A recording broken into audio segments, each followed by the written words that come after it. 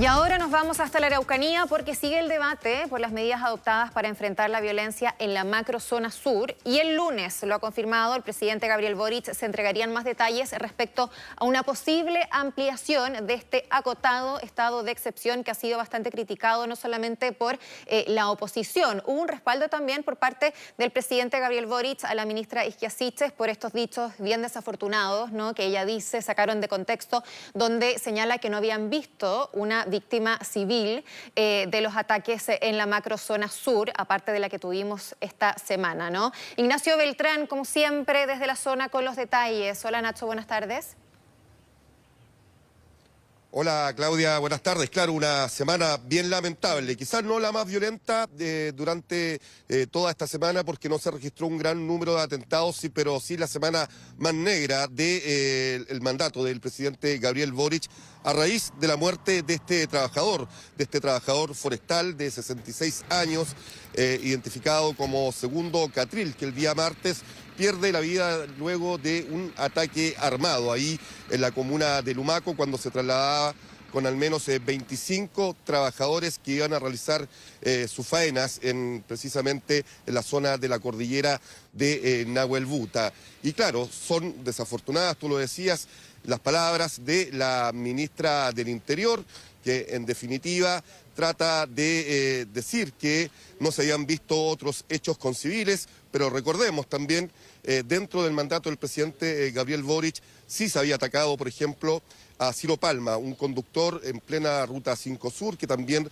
recibió un disparo en la cabeza y que todavía esta persona se encuentra hospitalizada en el Hospital Regional de Temuco a raíz de estos ataques incendiarios. Hay un extenso debate por parte de los parlamentarios. La semana que viene será una semana clave. El día miércoles se verá en el Congreso, por ejemplo, precisamente dotar de una herramienta de tipo de estado de excepción que se va a debatir en el Congreso. Escuchemos las palabras del senador Chaguán de RN respecto a lo que se va a vivir durante esta semana en cuanto a estados de excepción aquí en la macrozona sur. Hoy día hay una situación de tal miedo y tal pánico porque el conflicto no es un conflicto mapuche, no, es un conflicto de un pequeño grupo violentista que incluso se ha amenazado con levantarse en armas en contra del Estado. Y la situación de las comunidades mapuche y no mapuche es de miedo. Mire, el delito de robo de madera, nosotros tenemos calculado que eso recauda 96 millones de dólares para financiar las actividades terroristas y que se ha negado finalmente a tipificarlo como un delito.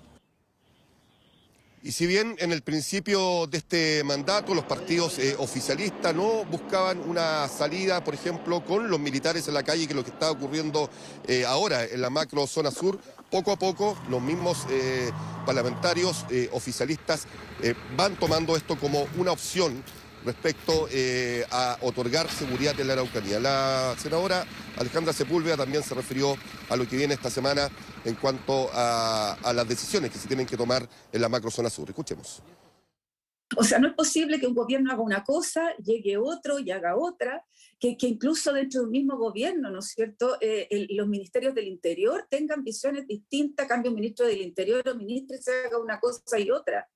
O sea, hoy día tenemos que tener una mirada de largo plazo en lo que está ocurriendo, ¿no es cierto?, en la macrozona sur, en la violencia en general, pero en la macrozona sur en forma especial.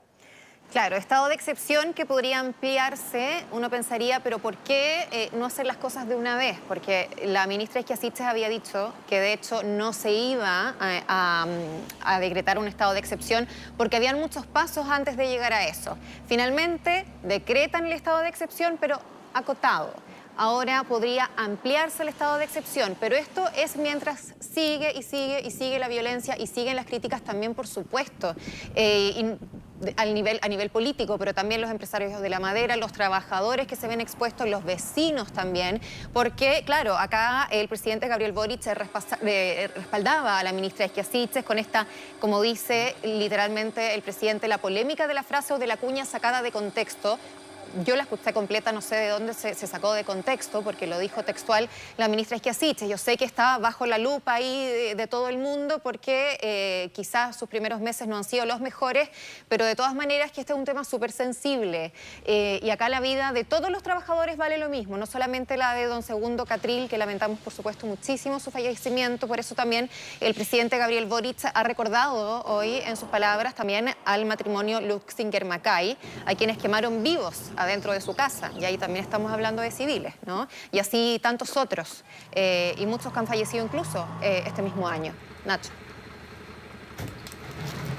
Claro, el número de fallecidos durante el llamado conflicto mapuche, que ya tiene cerca de 20 años, son cerca de 48 los fallecidos. Solamente uno en lo que va de este gobierno de Gabriel Boric. Y respecto a eso, el mismo presidente de la República se refirió durante esta mañana sobre el conflicto, la escalada de violencia en la región de la Araucanía y también en parte de dos provincias del Biobío. Escuchemos las palabras del presidente Gabriel Boric.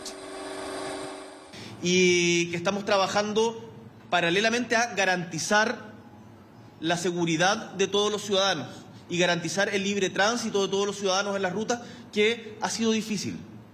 A mí, cuando hablamos de Segundo Catril, de Juan Barrios, cuando hablamos de Camilo Catrillanca o de Joel Valle, me desgarra el corazón.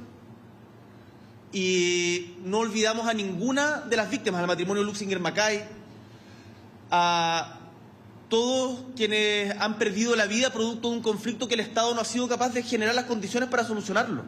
Claro, porque este es un tema de Estado, ¿no? No solamente de este gobierno. Es un tema que, la verdad, es un conflicto que se ha agudizado, efectivamente, pero de larga data. Y lo decía el presidente, este es un problema que se tiene que atacar desde distintos frentes, ¿no? Es multifactorial. Decía por eso que hay que poner mucho trabajo en la política de tierras, enfrentar el aislamiento, la pobreza, mejorar la conectividad de la zona.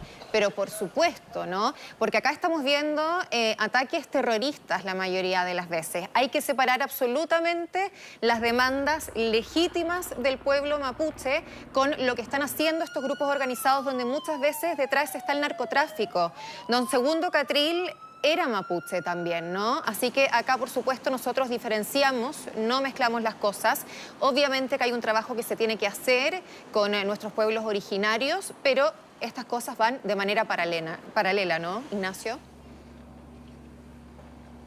Claro, la piedra en el zapato para todos los gobiernos es un problema de Estado, tú bien lo dices, que no ha tenido solución y que, bueno, durante esta semana ya se va a tener que, de alguna manera, votar para que se amplíe este estado de excepción durante 15 días más, pero ya los parlamentarios también están pensando en hacer una reforma para dar más tiempo a estos estados de excepción. 45 días es lo que se está pensando para nuevamente ir dándole la chance al Congreso de ir renovando cada vez este estado de excepción. Vamos a ver qué ocurre el día lunes y el día miércoles. Son dos días claves en cuanto a las decisiones que se tienen que tomar por la seguridad en la Araucanía y también en el Biobío. Lo importante es que se esté trabajando en eso. El problema no se va a solucionar de un día para otro, sin duda.